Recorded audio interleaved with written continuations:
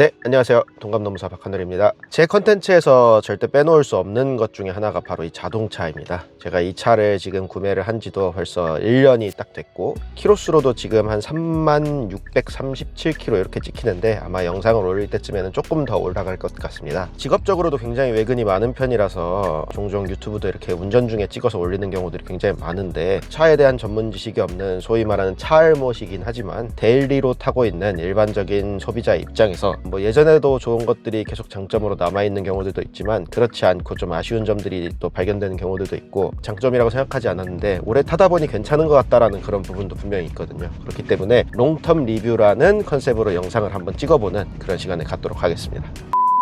1년 전에 영상을 통해서 한번 말씀드렸지만 리뷰에 앞서서 이 차량 소개부터 간단히 드리겠습니다. 그래서 이 차는 제네시스 GV70이고요. 페이스리프트로 2024년식입니다. 2.5 터보고 후륜에 휠은 18인치 기본 휠 달았고요. 옵션으로는 파퓰러 패키지 1, 그리고 SDS2, 파노라마 선루프, 뱅앤올룹슨 사운드 패키지, 그리고 빌트인 캠까지 넣어서 제가 한 6,435만원에 출고를 했던 차량입니다. 비교해서 말씀드리게 될 이전까지 제가 탔던 차량들로는 2015년식 폭스바겐 골프 2.0 7세대였습니다. 2018년도식 그랜저 IG 3.0 전기형입니다.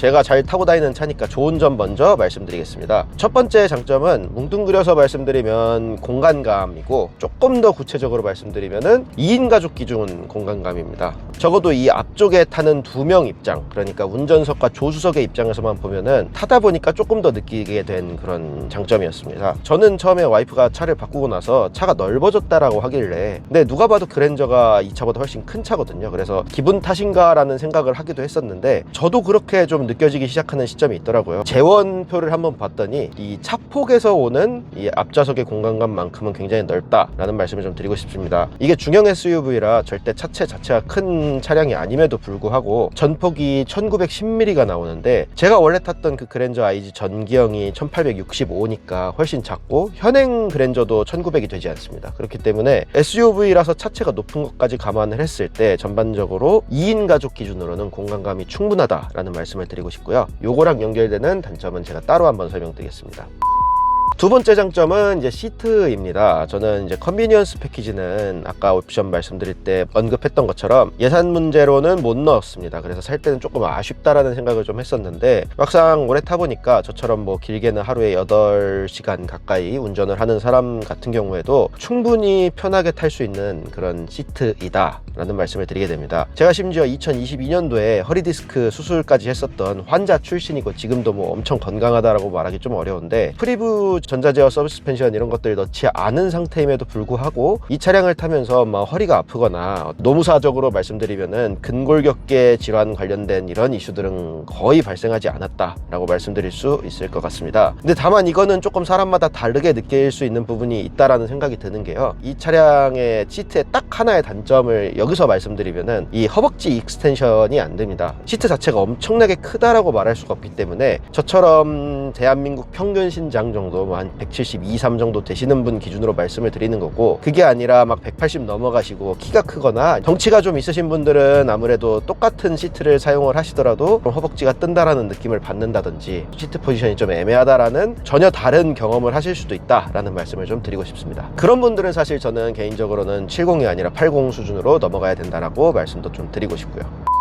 세 번째 장점으로는 주행보조 시스템이 있습니다. 이게 제가 차 이제 고민할 때만 해도 친구들 중에 1년에 3만씩 타는데 좀 자율주행 가능한, 예를 들어 뭐 테슬라 같은 차량들 있잖아요. 그런 차량을 사서 편하게 타고 다니는 게 낫지 않겠느냐라고 말하는 친구들이 되게 많았는데요. 저는 뭐 이 정도로도 충분히 만족하고 있습니다. 평상시 제 운전 스타일을 말씀드리면, 페달 조작은 제가 웬만하면 하고요. 유일하게 크루즈 컨트롤을 쓸 때는 구간 단속 길이 있을 때만 예외적으로 쓰고, 차로 중앙 유지 보조 같은 경우에는 항상 켜놓는 편입니다. 기존에 탔던 그랜저 IG보다 훨씬 더 중앙을 잘 잡고 가는 이런 모습들을 보여줘서 차선에 대한 저의 민감성이 조금 떨어진다는 것만으로도 운전으로 인한 피로를 줄여주는 역할을 하고 있다, 이렇게 말씀을 좀 드릴 수 있을 것 같습니다. 심지어 이게 제가 파퓰러 1이기 때문에 드라이빙 어시스턴트 2를 넣지 않은 옵션임에도 불구하고 그렇고요. 이름은 똑같이 써 있더라도 부분적인 소프트웨어 개선이 되고 있는 상황이다 보니까 아마 신형을 사시는 분들께서는 그래도 조금 더 나은 이런 체감을 느끼실 수 있을 것이라고 저는 생각을 합니다.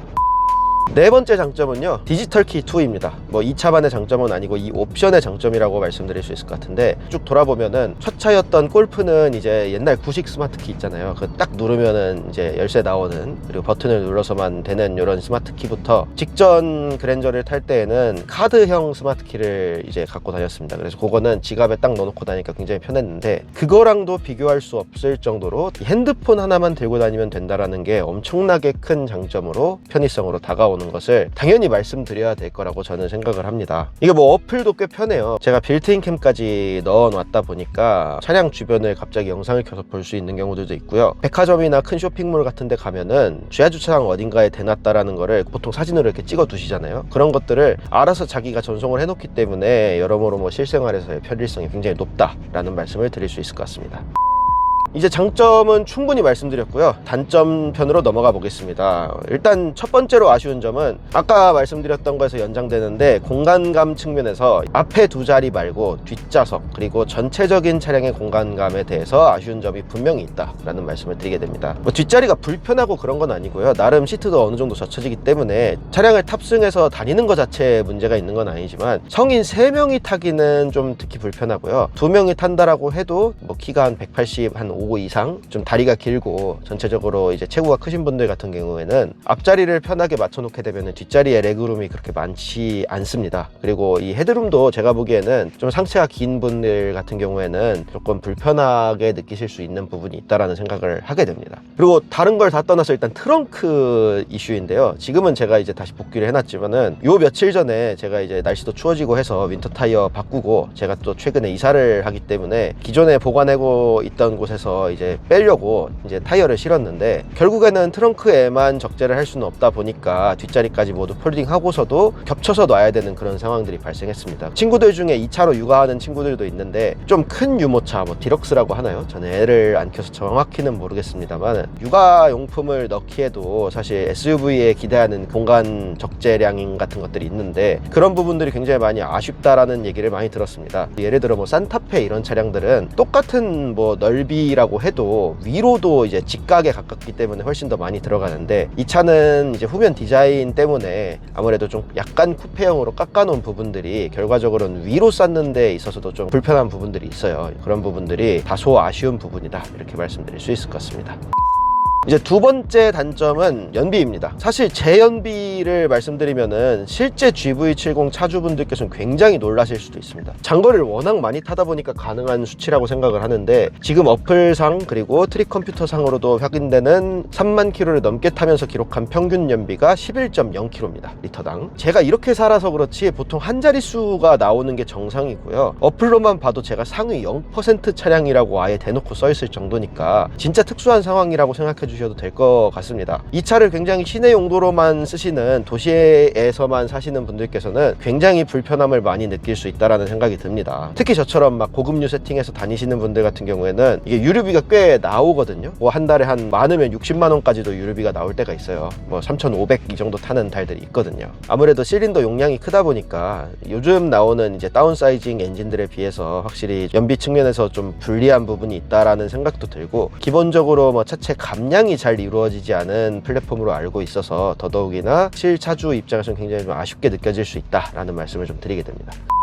이제 세 번째 단점을 말씀드리면은, 이건 이제 옵션의 완성도라는 측면을 조금 언급을 하고 싶습니다. 제가 이제 장점이라고 적었던 옵션들 중에서 좀 아쉬운 부분 위주로 말씀을 드리면, 일단 차로 중앙유지 보조 되게 좋아요. 차로를 넘어갈 일은 전혀 없는데, 제가 계속 약간의 불편감을 느끼고 있는 것 중에 하나가, 지금처럼 길이 좁은 곳을 다니면은 상관이 없습니다. 그러면 오히려 중간으로 잘 가는데, 고속도로나 이제 간선도로처럼 길이 넓은 도로들 있잖아요. 그런 데는 이제 이게 좀 넉넉하다 보니까 세팅이 아주 미묘하게 오른쪽으로 쏠려 있습니다. 딱 중간으로 가고 있는 게 아니라 중간에서 아주 약간 오른쪽에 붙어서 가고, 이 차도 컨디션이라는 게 있는지 어쩔 때는 굉장히 오른쪽으로 많이 붙어서 가서 좀 제가 신경을 쓰게 되는 경우들도 있더라고요. 그 외에도 이제 디지털 키도 편하기는 한데, 이게 저는 개인적으로 이 터치형들이 다 조금 마음에 안 들어요. 문 터치가 특히 막 추울 때나 좀 알 수 없는 그런 이유로 인해서 키 자체를 인식을 못 한다든지, 아니면은 막 진짜 여러 번 건드려야만 간신히 이제 인식을 한다든지 멈춘다든지 이런 경우들이 적지 않게 발생하는 편입니다. 그래서 이런 부분들은 스마트폰의 NFC 연결 상태일 수도 있고 뭐 여러 가지 요인은 있을 수 있겠지만 확실히 뭐 물리적인 키보다는 아주 약간 가끔씩 불편할 때가 있다. 그 외에도 뭐 차량 컴퓨터를 당연히 좋은 CPU를 넣어주지 않아서 발생하는 문제일 것 같긴 한데 가끔 가다가 이제 뭐 업데이트 같은 게 겹칠 때인 것 같은데 그러면 내비가 굉장히 느려지는 경우들이 있어요. 아예 멈춘 경우는 한 번도 없었는데 막 터치를 하면 막 세워라 내워라 하는 그런 경우들도 굉장히 적지 않고요. 또 마지막으로는 이제 뱅앤올uf슨 사운드 시스템에 보면은 여기 위에 보면 이렇게 지금 노이즈 캔슬링을 위한 이런 마이크들이 붙어 있는데 성능은 좋습니다. 근데 다만 이게 주행 중에 노면에서 올라오는 소리만 잡아주는 거라고 저는 생각을 해서 고속 주행을 하게 되면 풍절음은 그대로 들려요. 그리고 이 차가 풍절음이 그렇게 적지 않은 차량이라서 고속 주행할 때는 생각보다 굉장히 시끄럽다라는 생각을 한 번씩 하게 될 때가 있어서 이 점도 단점으로 한번 꼽아보고 싶습니다. 마지막 단점은 주행 성능입니다. 엄청 나쁘다라는 말씀 드리고 싶은 건 아닙니다. 실 마력은 어떻게 되는지 모르겠지만 표기상 마력은 300마력이 넘고 추월 가속이나 이럴 때 있어서 정말 뭐 불편함이 있거나 SUV인 걸 감안했을 때는 코너링을 할 때에도 이 차가 다른 SUV들보다는 좀 껑충하지 않은 편이라서 잘 돌아 나가는 편이거든요. 컴포트 지향으로 만들어진 차량이라는 점을 감안하더라도 빠릿빠릿하게 움직인다? 이렇게 말씀드리긴 좀 어려울 것 같습니다. 오히려 어떤 면에서는 이 그랜저 IG 전에 타고 있던 차가 가끔 더 좋을 때가 있었어요. 그건 뭐 자연흡기라 그런 느낌을 받는지는 모르겠으나 조금 아쉽다, 막 골프 생각이 난다, 이렇게 말씀드리는 게 조금 솔직한 저의 마음이라고 생각하시면 될 것 같습니다. 그래서 만약에 진짜로 달리기 용도 아니면 내가 젊고 막 진짜 거의 혼자 탄다, 뭐 쏘는 거 좋아한다 하시는 분들은 이 차 말고 동급의 X3 가시면은 마력수 자체는 좀 적더라도 20i만 타더라도 훨씬 더 경쾌한 주행할 수 있다라고 생각을 합니다. 네, 이렇게 차 알못의 롱텀 리뷰라는 컨셉으로 평소에 노동법 관련된 굉장히 좀 상대적으로 재미없는 얘기만 하다가 또 제가 일견 관심이 있는 이런 분야에 대해서 한번 떠들어보는 시간을 가져봤는데요. 장점 4개, 단점 4개로 나름 밸런스를 맞춰보려고 노력을 했습니다. 꼭 드리고 싶은 말씀은 어떤 차량이라고 해서 그게 꼭 장점만 있는 차다, 단점만 있는 차다, 뭐 못할 차다 이런 건 저는 개인적으로 없다고 생각을 해요. 그래서 중요한 점은 각 차량마다 갖고 있는 장점 중에 내 라이프 스타일을 고려했을 때 가장 잘 어울리는 차량이 무엇일까? 뭐 한두 푼짜리 차 사시는 거 아니잖아요. 적어도 몇 천만 원 이상을 투자를 해야 되는 필수품이면서도 사치품에 가까운 이런 항목을 구매를 하실 때에는 가장 나랑 어울리는 차량을 고르시는 게 맞다라고 생각을 합니다. 저는 적어도 저처럼 이제 데일리로 그리고 굉장히 오래 타기 때문에 차량의 컴포트한 부분이 굉장히 더 중요하고 현대에서의 고급 브랜드인 제네시스가 가지는 파워가 옛날에 비해서 많이 개선됐지만 뭐 그렇다고 해서 이 차가 저는 뭐 흔히 말하는 벤비아를 이겨낼 정도의 브랜드 파워를 갖고 있다고 생각을 하지 않음에도 불구하고 이 정도 차량이면은 그래도 적어도 제 나이대 또래 타기에는 저 사람이 막 뭐 개업한 지 얼마 안 된 노무사라거나 아니면은 좀 장사가 안 되나 보다 이렇게까지 생각하시진 않는 차량이라고 생각을 하거든요. 종합적으로 봤을 때 제 스타일에서는 이 차량에 대한 굉장히 큰 만족도를 가지고 있으면서 저랑 유사한 선택을 고민을 하고 계시는 분들께서는 특히 차량을 딱 한 대만 굴린다라고 생각을 했을 때 이 GV70을 사면 굉장히 크게 만족하실 수 있을 거라는 말씀을 좀 드리게 되면서 오늘의 이 차 알못 영상 이렇게 마무리할 수 있도록 하겠습니다. 지금까지 동갑노무사 박한울이었습니다. 감사합니다.